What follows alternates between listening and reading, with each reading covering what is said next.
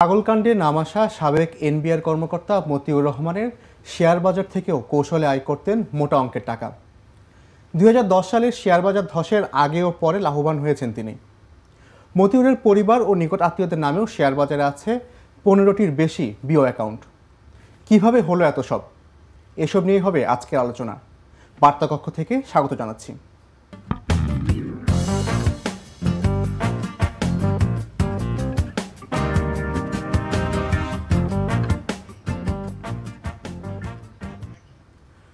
মতিউর রহমান পুত্রের ১৫ লাখ টাকা দিয়ে ছাগল কিনতে যাওয়াটা যেন এখন তার জন্য কাল হয়েছে। এরপর থেকে মতিউর রহমানের একের পর এক সম্পদের খবর গণমাধ্যমে আসছে। আজ প্রথম আলোয় একদম প্রথম পাতাতেই প্রকাশিত হয়েছে শেয়ার বাজারে ৩৬ কোটি টাকা মুনাফা, মতিউর পরিবারের ৫ বিও হিসাব। প্রতিবেদনটি করেছেন প্রথম আলোর বাণিজ্য সম্পাদক সুজয় মহাজন এবং আজকে আমাদের সঙ্গে স্টুডিওতে উপস্থিত আছেন সুজয় মহাজন। দাদা, আপনাকে স্বাগতম। আপনাকে ধন্যবাদ। দাদা, প্রথমে জানতে চাই যে আপনার প্রতিবেদনে এসেছে যে শেয়ার বাজার এলাকাতে বা শেয়ার বাজারে যে সমস্ত জায়গাতে কাজ হয় তিনি সেই জায়গাতে মতিউর রহমান একজন প্লেসমেন্ট শিকারী হিসেবে পরিচিত। আসলে এই প্লেসমেন্টটা কি বা কিভাবে করা হয়? আচ্ছা, প্লেসমেন্টটা হচ্ছে যখন কোনো কোম্পানি তার ব্যবসার কারণে তার ব্যবসা সম্প্রসারণের প্রয়োজনে টাকা সংগ্রহ করে। প্রথম হচ্ছে কোম্পানি একজন দুইজন মিলে হয়তো একটি কোম্পানি গঠন করে কিংবা তার পরিবারের সদস্যদের নিয়ে। এরপরে কোম্পানিটির ব্যবসা যত বড় হয় তখন তাকে অনেক মূলধন সংগ্রহ করতে হয়, তার টাকার প্রয়োজন হয়। টাকা সংগ্রহের দুইটা পথ আছে। একটি পথ হচ্ছে ব্যাংক থেকে ঋণ নেওয়া, আরেকটি পথ হচ্ছে শেয়ার হোল্ডারের সংখ্যা বাড়িয়ে ওদের কাছ থেকে টাকা সংগ্রহ করা। তার মানে হচ্ছে যে আমি ৩জন মিলে একটি কোম্পানি গঠন করেছি, পরবর্তীতে আমার যখন টাকার দরকার হচ্ছে, আমার মূলধন বৃদ্ধির দরকার হচ্ছে, তখন হয়তো আমি আরও ১০ জনের কাছ থেকে ১০ কোটি করে ১০০ কোটি টাকা নিলাম। তাহলে আমরা টোটাল শেয়ার হোল্ডার হলাম ১০ জন। এই যে ৭ জনের কাছ থেকে ১০ কোটি করে ৭০ কোটি টাকা নিলাম, তাদেরকে আমার কিছু শেয়ার, ওই কোম্পানির শেয়ার ইস্যু করতে হবে। সেটাই হচ্ছে আসলে প্লেসমেন্ট। এর পরবর্তী ধাপ হচ্ছে শেয়ার বাজারে আইপিওর মাধ্যমে সাধারণ মানুষের কাছ থেকে আরেক দফায় টাকা তোলা যায়। এই প্লেসমেন্টটি হয় হচ্ছে কোম্পানি মালিকেরা তাদের কিছু পছন্দের লোকজনের কাছে এই শেয়ারটি বিক্রি করেন। এটি আসলে প্লেসমেন্ট শেয়ার হিসেবে পরিচিত, যেটি আসলে হচ্ছে কিছু সংখ্যক সুবিধাভোগী লোকজন পান, যেগুলো যাদেরকে কোম্পানি নানা কাজে, হয়তো কোম্পানির নানা কাজে দরকার হতে পারে এমন প্রভাবশালী লোকজনও পান, আবার কিছু তাদের আত্মীয় স্বজনও পান। এইভাবে হচ্ছে কোম্পানির মূলধন বৃদ্ধির জন্য প্লেসমেন্ট শেয়ারগুলো ইস্যু করা হয় এই প্রক্রিয়াটি মাধ্যমে। এবং আপনার প্রতিবেদনে এসেছে যে একাধিক সূত্র থেকে পাওয়া যে তথ্য যে শেয়ার বাজারে এখন পর্যন্ত ১ ডজনের বেশি কোম্পানিতে মতিউর রহমান, তার ছেলে আহমেদ তৌফিকুর রহমান, মেয়ে ফারজানা রহমান, প্রথম স্ত্রী লায়লা কানি, দ্বিতীয় স্ত্রী শাম্মী আক্তার শিবলি, এরকম পরিবারের বিভিন্ন জনের নামে একাধিক প্রতিষ্ঠানের যে প্লেসমেন্ট বাণিজ্য সে সন্ধান পাওয়া গেছে। তো আসলে এরকম আপনারা আর কি পেলেন? কয়টি বিও অ্যাকাউন্ট পেলেন? তার আসলে প্রফিট সেগুলোতে কীরকম পেয়েছেন? তার হচ্ছে মানে আমরা তো একটি চলমান প্রক্রিয়া তার সম্পর্কে। আমি যে কয়টি কোম্পানির খোঁজ খবর পেয়েছি যে ১ ডজনের বেশি, ১৫-১৬টি কোম্পানিতে পেয়েছে, এর বেশিও থাকতে পারে। এইসব কোম্পানিতে কি হয়, যখন উনি জানেন, উনি যেহেতু, এবং আপনি জেনে থাকবেন হয়তো নিশ্চয়ই, যে উনি নিজেই স্বীকার করেছেন যে উনি কিভাবে শেয়ার বাজারের এক্সপার্টিজ আছে উনার আসলে উনি কিছু খারাপ কোম্পানি, কিছু মন্দ কোম্পানি উনি বাছাই করতেন। সেই কোম্পানিগুলোকে উনি নানাভাবে হয়তো সুবিধা দিতেন, সেই সুবিধার বিনিময়ে তিনি শেয়ার পেতেন। এখন এই শেয়ার উনি টাকা দিয়ে পেতেন নাকি টাকা ছাড়া কোম্পানিগুলো ওনাকে দিতেন, সেটি আরেকটি প্রশ্ন। তো এবং উনি একা এই শেয়ারগুলো নিতেন না, দেখা যেত যে ওনার পরিবারের সদস্য, পরিবারের মধ্যে উনি ওনার সন্তান, ওনার মেয়ে, ওনার ২ স্ত্রী, ওনার ভাই, ওনার বোন, এদের সবার নামে, এবং তার সংশ্লিষ্ট একটি চক্র আছে, তাদের অনেকে যারা হচ্ছে উনার হয়ে কাজ করতেন, এইরকম বেশ কয়েকজন লোকও আছেন, তাদের নামে এই প্লেসমেন্ট শেয়ারগুলো কম দামে নিতেন কোম্পানির কাছ থেকে। পরে যখন ওই কোম্পানি শেয়ার বাজারে আসছে তখন হচ্ছে বেশি দামে সেই শেয়ারগুলো বিক্রি করে তিনি বড় অঙ্কের মুনাফা করতেন। উনার মুখেই উনার একটা স্বীকারোক্তি আছে, একটি সাক্ষাৎকারে উনি বলেছেন যে উনি ফরচুন শুজ নামে একটি কোম্পানির ৮ টাকা দিয়ে শেয়ার কিনেছিলেন বিপুল অঙ্কের, এবং সেটি ৫৪ টাকায় বিক্রি করেছেন। তাহলে ৮ থেকে ৫৪ বাদ দিলে আপনি জানেন পুরোটাই প্রফিট। তো উনি তো শুধু উনারটা বলেছেন, উনি উনার স্ত্রীর নামে নিয়েছেন, উনার বিভিন্ন প্রতিষ্ঠানের নামে নিয়েছেন, ছেলের নামে, উনারাও হচ্ছে সমপরিমাণ প্রফিট করেছেন। তো আমি আমার এই প্রতিবেদনটিতে 5টি বিও অ্যাকাউন্টের মুনাফার হিসাবটা পেয়েছি। এর বাইরে উনার আরও অনেক বিও থাকতে পারে এবং আছে বলে আমরা জানছি, হয়তো এখনো পুরোপুরি তথ্যটা আমরা নিশ্চিত হতে পারিনি। তো সেখানেও হয়তো মুনাফার পরিমাণ আরো অনেক, এবং এই 5টি থেকে তো প্রায় 40 কোটি টাকার মতো 36 কোটি টাকা সে মুনাফা পেয়েছে। তার মানে আরো কতগুলো আছে এটা আসলে হিসাব এখনো পাওয়া যায়নি। এবং মতিউর রহমান কিন্তু ইতিমধ্যে এনবিআর থেকে তার পদ থেকে সরানো হয়েছে, সোনালী ব্যাংকের যে পরিচালনা পর্ষদে ছিলেন সেখান থেকেও তাকে বাদ দেওয়া হয়েছে।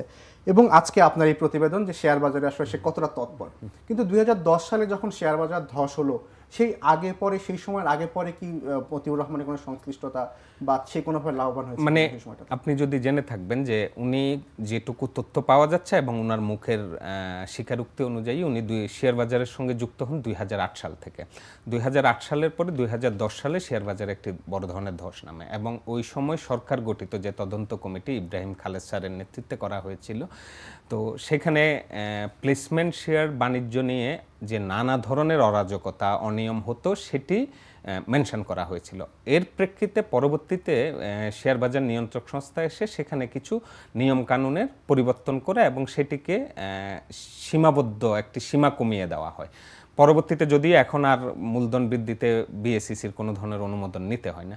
ওই প্রক্রিয়ায় আসলে উনি যেটি করতেন, ওই যে আপনাকে বললাম যে কোম্পানির আসলে মালিকদের কাছ থেকে উনি মালিকদের, যেহেতু উনি একটি শীর্ষ সরকারি একটি প্রতিষ্ঠানের শীর্ষ পদে ছিলেন, যার কারণে আপনি জানেন যে উনি এমন একটি পদে ছিলেন যে বাংলাদেশের সব কোম্পানিকে করের কারণে ওই প্রতিষ্ঠানের সঙ্গে সংযুক্ত থাকতে হয়, তো জানাশোনা ছিল ওনার। তো উনি ওই সুবিধাটা নিয়ে উনি কোম্পানিগুলোকে, খারাপ কোম্পানি যেগুলো শেয়ার বাজারে আসতেন, উনি হয়তো আগে থেকে সে তথ্যটা উনি জানতেন এবং তার জানার যথেষ্ট সুযোগ ছিল ওই পদ পদবীর কারণে। তো সেই সুযোগটি নিয়ে উনি ওই কম দামে ওই প্রতিষ্ঠানের মালিকদের ডাকতেন, ডেকে নানা ধরনের সুবিধা হয়তো দিতেন, বিনিময়ে উনি কিছু শেয়ার নিতেন। তো সে শেয়ারগুলো নিয়ে পরবর্তীতে ওই কোম্পানি যখন শেয়ার বাজারে তালিকাভুক্ত হতো বেশি দামে বিক্রি করে দিতে। তো এখানে আসলে ওনার বড় ধরনের অনিয়ম, যেটি শেয়ার বাজারে কারসাজি বলতে আমরা যেটি বুঝি, সেটি বেশিরভাগ হচ্ছে আসলে সেকেন্ডারি মার্কেটে। উনি আসলে কাজ করতেন প্রাইমারি মার্কেটের আগের ধাপে। ওখানে হচ্ছে যে আসলে উনি মালিকদের সঙ্গে যোগসূত্র হয়ে কিছু বেনিফিট নিতেন, সেটি পরবর্তীতে সেকেন্ডারি মার্কেটে গিয়ে বিক্রি করে দিয়ে, যার কারণে ওনার সেকেন্ডারি মার্কেটে খুব বড় ধরনের কারসাজির এখন পর্যন্ত কোনো নিশ্চিত তথ্য প্রমাণ আমরা পাইনি। কারণ উনি মানে সেকেন্ডারি মার্কেটের সঙ্গে খুব বেশি সংযুক্ত ছিলেন না। উনি ছিলেন আসলে তার আগের ধাপে, যে কোম্পানিগুলোকে শেয়ার বাজারে আনার আগের ধাপটিতেই উনি হচ্ছে এই বিজনেসটা করতেন।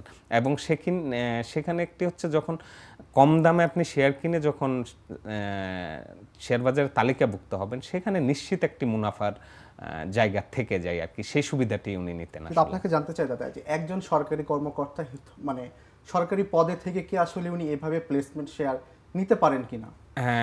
সরকারি চাকরি যে বিধিমালা আছে, সেই বিধিমালা অনুযায়ী, আমি কালকে এই বিষয়টি নিয়ে সংশ্লিষ্ট অনেকের সঙ্গে কথা বলেছি, সেই বিধিমালা অনুযায়ী উনার এই ধরনের ব্যবসা করার, যুক্ত হওয়ার কোনো সুযোগ নেই।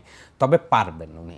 সেখানে সরকারি চাকরি বলা হচ্ছে যে সরকারি যে উনি যে কর্তৃপক্ষের অধীনে চাকরি করেন, সেই কর্তৃপক্ষকে উনি অনুমোদন নিয়ে, উনি জানিয়ে এই শেয়ার ব্যবসাটা করতে পারবেন। এবং সময়ে সময়ে প্রতি বছর ওনার টাকার উৎস কি, সে ওই যে বিজনেসটা করছে সেখান থেকে কিভাবে টাকার উৎস সব জানিয়ে উনি, আমরা এখনো নিশ্চিত না যে উনি ওনার কর্তৃপক্ষের কাছ থেকে শেয়ার ব্যবসার অনুমোদন নিয়েছেন কিনা। কিন্তু যদি অনুমোদন না নিয়ে থাকেন, এই কাজটি উনি সরকারি চাকরিজীবী হয়ে উনি করতে পারেন না, এটি আইনগতভাবে নিষিদ্ধ। আচ্ছা, এই যে শেয়ার মার্কেটে যে মতিউর রহমানের যে প্রভাব বা তার যে পরিমাণ আসলে বিও অ্যাকাউন্ট সে লাভবান হচ্ছে, এই পুরো বিষয়টা কি আসলে শেয়ার বাজার নিয়ন্ত্রক সংস্থার চোখ এড়িয়ে গেছে, নাকি আসলে তাদেরও কোনো একটা সম্পৃক্ততা আছে? আপনার কাছে কি মনে হয়? মানে এটি চোখ এড়িয়ে যাওয়ার কোনো সুযোগ নেই। আমরা এখন পর্যন্ত যে তথ্য পাচ্ছি, বরং উনি হচ্ছে নিয়ন্ত্রক সংস্থার সহায়তায় পেয়েছেন। এবং উনি এই যে আমি যে বলছিলাম যে কোম্পানিগুলোকে শেয়ার বাজারে আনার ক্ষেত্রে ওনার এক ধরনের যোগাযোগ ছিল, যেহেতু উনি একটি সরকারি শীর্ষ পদে ছিলেন ওনার। এবং আপনি জেনে থাকলে, যেমন উনি ঢাকা বিশ্ববিদ্যালয়ের যে বিষয়ে পড়াশোনা করেছেন, শেয়ার বাজার নিয়ন্ত্রক সংস্থার শীর্ষ পদে যারা গত 2010 সাল থেকে এখন পর্যন্ত যারা আছেন, একই বিভাগের লোকজন। সেই সূত্রে উনার শিক্ষক এবং উনার সিনিয়র জুনিয়র মিলে অনেকেই ওই শেয়ার বাজার নিয়ন্ত্রক সংস্থার ওই পদে আছেন, এখনও আছেন। তো বলা হয় যে আমরা বাজারে যেটুকু জানতে পাচ্ছি যে বরং উনি উনার ওই ডিপার্টমেন্টের সূত্র ধরে উনার ওই যে যোগাযোগ সেই সূত্র ধরে উনি বরং সহায়তা পেয়েছেন।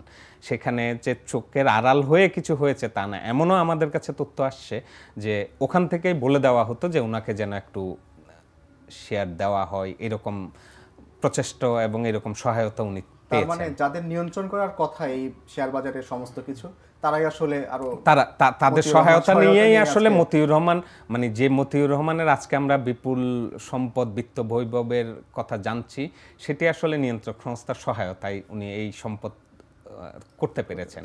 এবং শুধু নিয়ন্ত্রক সংস্থা না, আরও অনেক জায়গায়, এবং আপনি জেনে থাকলে তা দেখবেন আমাদের একটি প্রতিবেদনও হয়েছে, উনি যে সোনালী ব্যাংকের পরিচালক হয়েছেন সেখানেও ওনাকে কারা সুপারিশ করেছেন পরিচালক হওয়ার ক্ষেত্রে। তার মানে হচ্ছে উনি সরকারের বিভিন্ন শীর্ষ পদে থাকা লোকজনের আসলে সহায়তা পেয়েছেন। উনি উনার বিত্ত বৈভব বাড়ানোর ক্ষেত্রে সরকারি প্রতিষ্ঠান, সরকারি লোকজন এবং উনার পরিচিত লোকজন যারা শীর্ষ পর্যায়ে আছে তাদের সহায়তা নানাভাবে পেয়েছেন, যার কারণে উনি আসলে উনার বিত্ত বৈভবটায় তৈরি করতে পেরেছেন। ধন্যবাদ সুজয় দা আমাকে সময় দেওয়ার জন্য। আর আজকে আমরা আলোচনা করছিলাম শেয়ার বাজারেও তৎপর মতিউর 5 বিও হিসাবে 36 কোটি টাকা মুনাফা। দর্শক, আমরা আগামীকাল আবারও হাজির হব নতুন কোনো বিষয়ে। সেই পর্যন্ত আমাদের সঙ্গে থাকুন। আর আমাদের সঙ্গে থাকতে আপনারা ভিজিট করুন prothomalo.com/video আর ফলো করতে পারেন প্রথম আলোর ফেসবুক পেজ এবং ইউটিউব চ্যানেল। থাকুন ভালোর সাথে, আলোর পথে।